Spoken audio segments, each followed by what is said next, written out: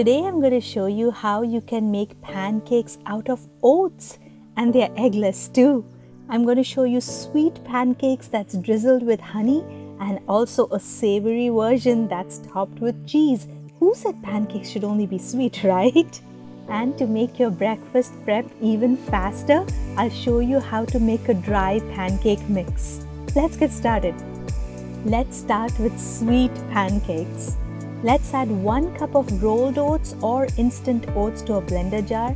Add 1 teaspoon of sugar, a pinch of salt, half a teaspoon of vanilla extract, half a teaspoon of baking soda, 3/4 cup of milk, and the milk can be right out of the fridge. You don't have to warm it or anything.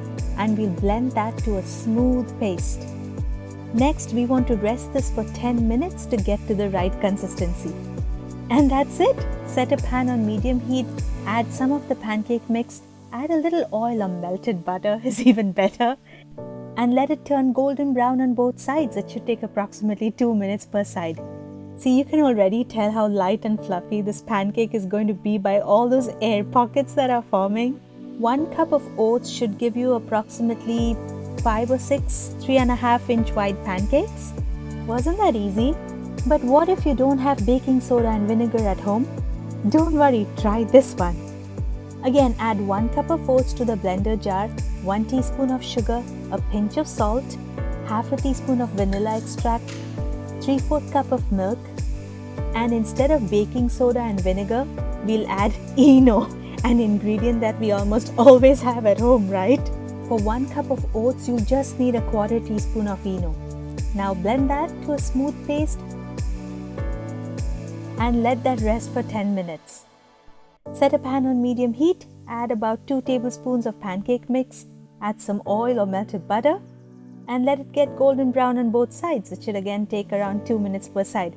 See how airy that's becoming? This is actually even fluffier than the baking soda version. Okay, all done, and now make a high stack of pancakes and drizzle honey or maple syrup or slather with Nutella, whatever you like. But in case you're bored of sweet pancakes, let's make a cheesy version. This is so good. To 1 cup of oats in the blender jar, add a 1/4 teaspoon of salt, some pepper to taste, half a teaspoon of baking soda, 3/4 cup of milk, and half a teaspoon of vinegar.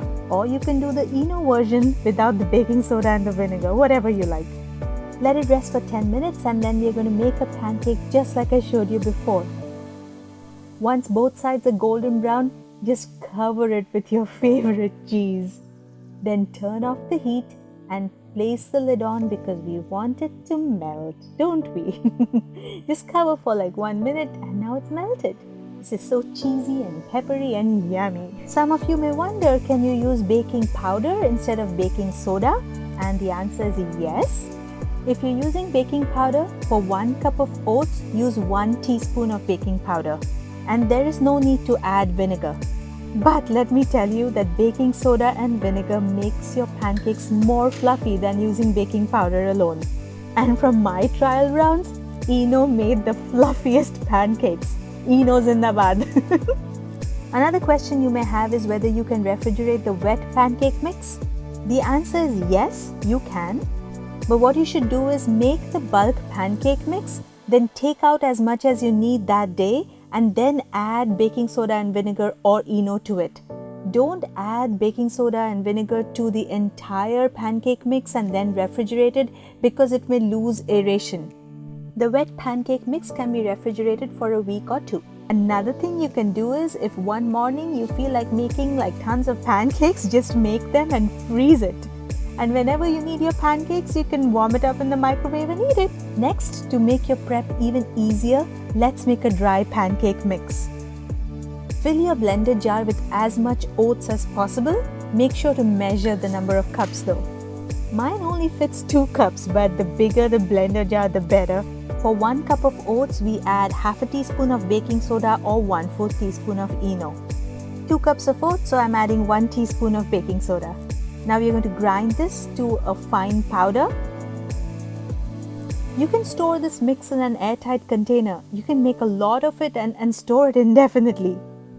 As and when you want to make pancakes, all you need to do is follow this chart. Take a screenshot, quick!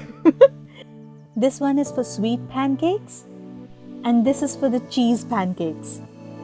Again, take a screenshot. Okay. Once all the ingredients are added, mix well and let that rest for 10 minutes and make your pancakes as usual. I usually make like 3 or 4 pancakes at the same time. Who's gonna do one by one? It takes such a long time. Sometimes when the pancake mix is sitting around for a while, it can get a little thick. See, it's taking a lot longer to pour out.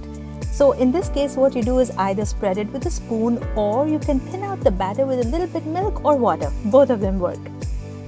I have surely blabbered enough. I hope this was helpful to you and not very confusing. So that's all for today, my friends. If you're new to my channel, consider subscribing if you like my recipes. I post exciting recipes every week. Don't forget to click that bell icon. Also, if you're on any of these different social media sites, do follow me. I'll be very happy. For written recipes, visit my blog.